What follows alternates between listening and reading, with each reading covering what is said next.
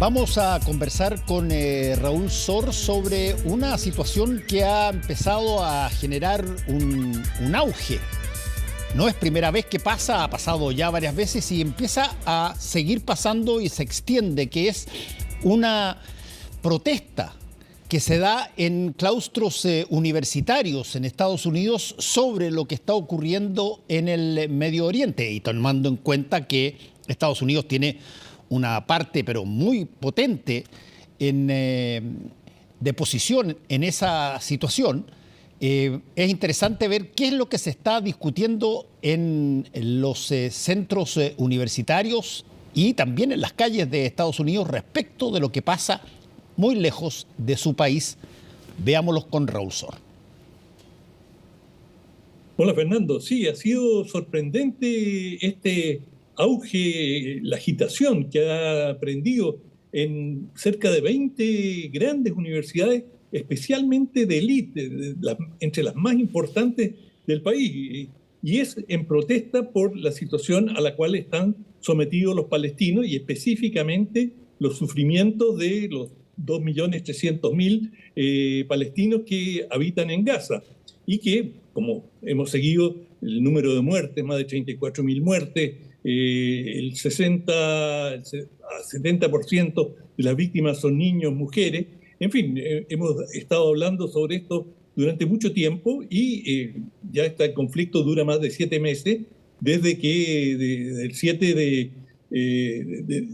de octubre del año pasado, en que fue asaltada una serie de localidades israelíes en las cuales también se dieron muerte a más de 1.200 personas y hubo más de 300 secuestrados. Bueno, desde entonces arrastra este conflicto que ha ido tomando ribetes cada vez más dramáticos y que ahora, al parecer, está al borde de llegar a un cese al fuego, pero todavía no hay nada concreto. Las negociaciones se han frustrado más de una vez, pero la agitación, el activismo que se da dentro de las universidades, que no es tan típico en los Estados Unidos, sobre todo en estas universidades de élite, lo que llaman el Ivy League, que son las universidades que tienen trepadoras, digamos, plantas, y que están totalmente cubiertas por plantas submurallas. Estas universidades, las Ivy League, como se les dicen, son las más caras, a las que es más difícil acceder, y en muchas de ellas, como Yale, como Boston, la Universidad de Boston, Columbia, por supuesto, la Universidad de California, varias en California, en Atlanta, varios institutos tecnológicos, y una que tú conoces muy bien, la Universidad de Austin. También allí han habido manifestaciones, y lo que ha ocurrido es que las autoridades primero empezaron con algunos pancartas, en fin, pero se han ido endureciendo las manifestaciones, no en términos de violencia, han sido en general bastante pacíficas, pero las autoridades, los presidentes o presidentas de las universidades han ido llamando a la policía. Y esto invariablemente es tirarle benzina al fuego. Y las cosas se han ido inflamando, se han ido complicando y hay cientos, quizás ya cerca de 1.000.000 de jóvenes arrestados, que la mayoría son liberados inmediatamente, se hace un control de identidad. Aquellos que no son miembros de las facultades quedan en algún tiempo de detención. Los que se pueden identificar como estudiantes, a estos los liberan bastante rápido, así ha sido en la mayoría de los casos, pero es impactante ver con la fuerza con que entra la policía estadounidense a las universidades, es decir, directamente a esposar con estas esposas de plástico y digamos con bastante violencia frente a lo que son, por lo menos lo que se aprecia en las imágenes, manifestaciones, digamos, pacíficas, que protestan por una causa con la que uno puede estar de acuerdo o no estar de acuerdo, pero perfectamente legítima. El hecho que los jóvenes expresen su favoritismo por un bando o por otro, de manera alguna debe ser una razón para detenerlo. Pero bueno, las autoridades universitarias dicen que están violando las normas las reglas de las distintas facultades y de las universidades, y que por lo tanto les han dado un ultimátum, y en la medida que esos ultimátums en que se les pide desalojar los lugares no lo hacen, bueno, se van detenidos. De manera que esto ha ido cobrando, y como siempre pasa, Fernando, cuanto más se reprimen, muchas veces más crece el movimiento. Quizás si no hubiesen tomado estas medidas, el movimiento no habría cobrado la amplitud que tiene ahora. Ahora, dime una cosa, porque hasta ahora tú has señalado básicamente que estas manifestaciones son de alguna manera favorables a que se termine con el ataque a los palestinos en Gaza, que, por cierto, responde ese ataque, lo hemos hablado ya varias veces, a lo que ocurrió con Hamás al principio y todos los secuestros, lo que tú dijiste. Lo que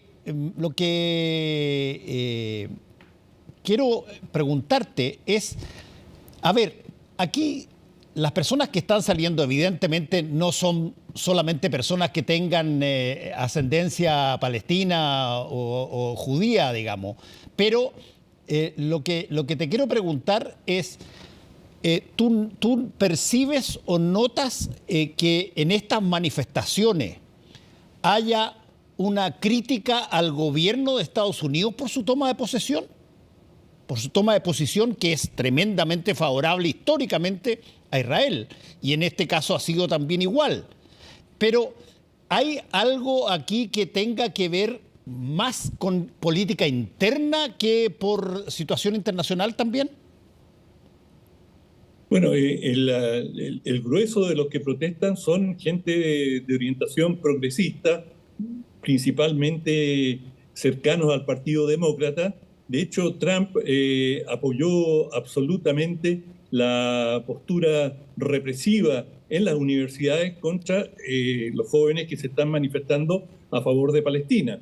De manera que ahí tú ya ves, digamos, la postura de Trump es muy indicativa, y por su parte Biden ha sido también muy pro-israelí, absolutamente, eso casi sin vacilaciones, salvo que ha dicho hay límites a lo que se puede hacer en términos de políticas represivas, pero en general ha sido, digamos, un cheque en blanco para Israel.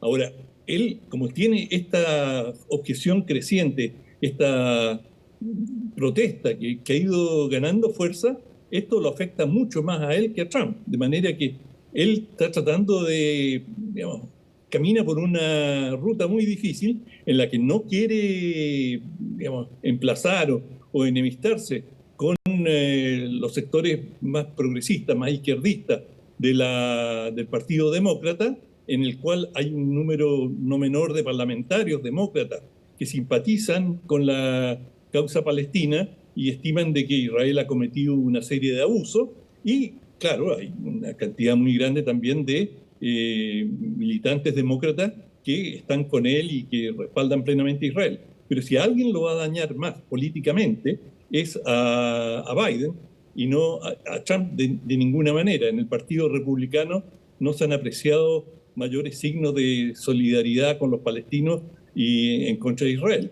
Ahora, dicho esto, hay una campaña bastante grande, no solamente en Estados Unidos, sino también en Europa, que es a favor de boicotear a ciertas empresas que tienen relaciones especiales con Israel, especialmente en la industria de armamento. Israel recibe mucho armamento, Israel, y hay esta campaña del boicot y las sanciones, en las cuales se le pide a las universidades, por ejemplo, que no colaboren con empresas que tienen relaciones militares especiales con Israel, ni siquiera, incluso proponen que no inviertan. Muchas universidades tienen fondos bastante significativos que invierten para acrecentar su capital operativo universitario. Bueno, esos fondos, que son bastante cuantiosos, el movimiento estudiantil, los que están en este movimiento, dicen que sus universidades no deberían estar invirtiendo su dinero o favoreciendo de alguna manera a Israel, y menos aún en los territorios ocupados, donde hay unanimidad, se han cometido una serie de abusos bastante graves en términos de derechos humanos con la población palestina, y me refiero a los territorios del este, digamos, la Cisjordania, mucho más que, bueno, en Gaza están directamente en una situación de guerra. Y ahora pareciera, por todos los informes que trascienden, y yo creo que estos problemas que se están dando en Estados Unidos también han ayudado a que el señor Blinken le dedique aún más energía a tratar de encontrar una solución y un cese al fuego que se esperaba que pudiera ocurrir cualquier día, pero se va aplazando. Puede que mañana tengamos la noticia, pero en lo que toca a este activismo político que se ha dado en las universidades, es un movimiento que a muchos les ha recordado a Vietnam en 68, en la década de los 60, con una gran diferencia. Y esto te lo digo porque en muchos artículos de prensa norteamericana dicen esto es un revivir del movimiento estudiantil a los años de la protesta, de los hippies y de los años 68, etc. A mí me parece que hay una diferencia fundamental y que nunca va a tener el mismo carácter. Y la diferencia fundamental es que Estados Unidos estaba involucrado directamente, sí, claro, y con todos sus recursos en la guerra de Vietnam, y eso significaba algo tan concreto como decenas de miles de estudiantes tuvieron que dejar la universidad y, en definitiva, enrolarse en el ejército y tener que participar en una guerra con la cual no tenían ninguna simpatía e identidad. Este no es el caso ahora. No hay ningún estudiante estadounidense que esté obligado a participar. Y hay otro factor. Estas universidades tienen un porcentaje significativo de estudiantes extranjeros. Y si la ley en Estados Unidos es tremendamente estricta, tú lo sabes muy bien, si te involucras en política y te pillan en eso, estás violando una norma muy seria, y en la mayoría de los casos eso te puede significar la deportación muy rápida. Sí, bueno, estas son cosas. Hay países que salen a la calle muy rápido. Europa tiene 2 o 3 países donde cualquier problema, lo hemos conversado montones de veces, Francia, qué sé yo, Italia, salen a la calle a manifestarse. Estados Unidos es uno de esos países, en particular cuando hay situaciones donde sienten de alguna manera que Estados Unidos está involucrado. Si bien no manda tropas como lo hacía en Vietnam, es indudable que Estados Unidos hoy día es un país que probablemente en los 5 continentes, si que hay algún conflicto bélico, indirecta o directamente va a estar metido tal cual como están algunos otros superpoderes. Y eso hace que las cosas se pongan tremendamente delicadas adentro también. Sí, la diferencia es que ahora no hay servicio militar obligatorio en Estados Unidos, sí, y por lo tanto los que están en las Fuerzas Armadas están ahí voluntariamente, son profesionales y han ingresado, digamos, porque lo querían. De manera que es una situación totalmente distinta a un recluta de 18 años que le tocó el servicio militar y sin saber qué le cayó encima, se tiene que enrolar e ir al otro lado del planeta a combatir por algo que ni siquiera tiene idea de qué se trata. Eso es verdad. Y además, morir en Vietnam tenía una connotación tremenda, porque por lo mismo que tú acabas de decir, era una ley que te agarraban al cabro de 18 años, te hacían un aprendizaje súper rápido y te mandaban. Y bueno, murieron 50 y tantos mil soldados estadounidenses en Vietnam. Si no es menor. Sí, creo que 54.000. Sí. Esa es la cifra que tengo en la memoria. Más o menos, sí. Tú sabes que hay una cifra casi idéntica, puede ser un poquito menor, puede ser de 50.000, de suicidios de excombatientes de Vietnam de vuelta en Estados Unidos. Mira tú.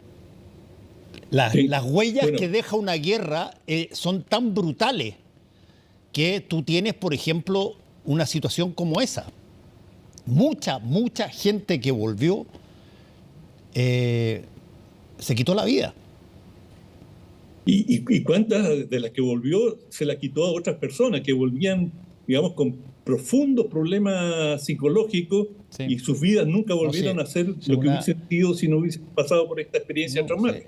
Una guerra es mejor verla en las películas que postulan al Oscar de Hollywood, pero no vivirla.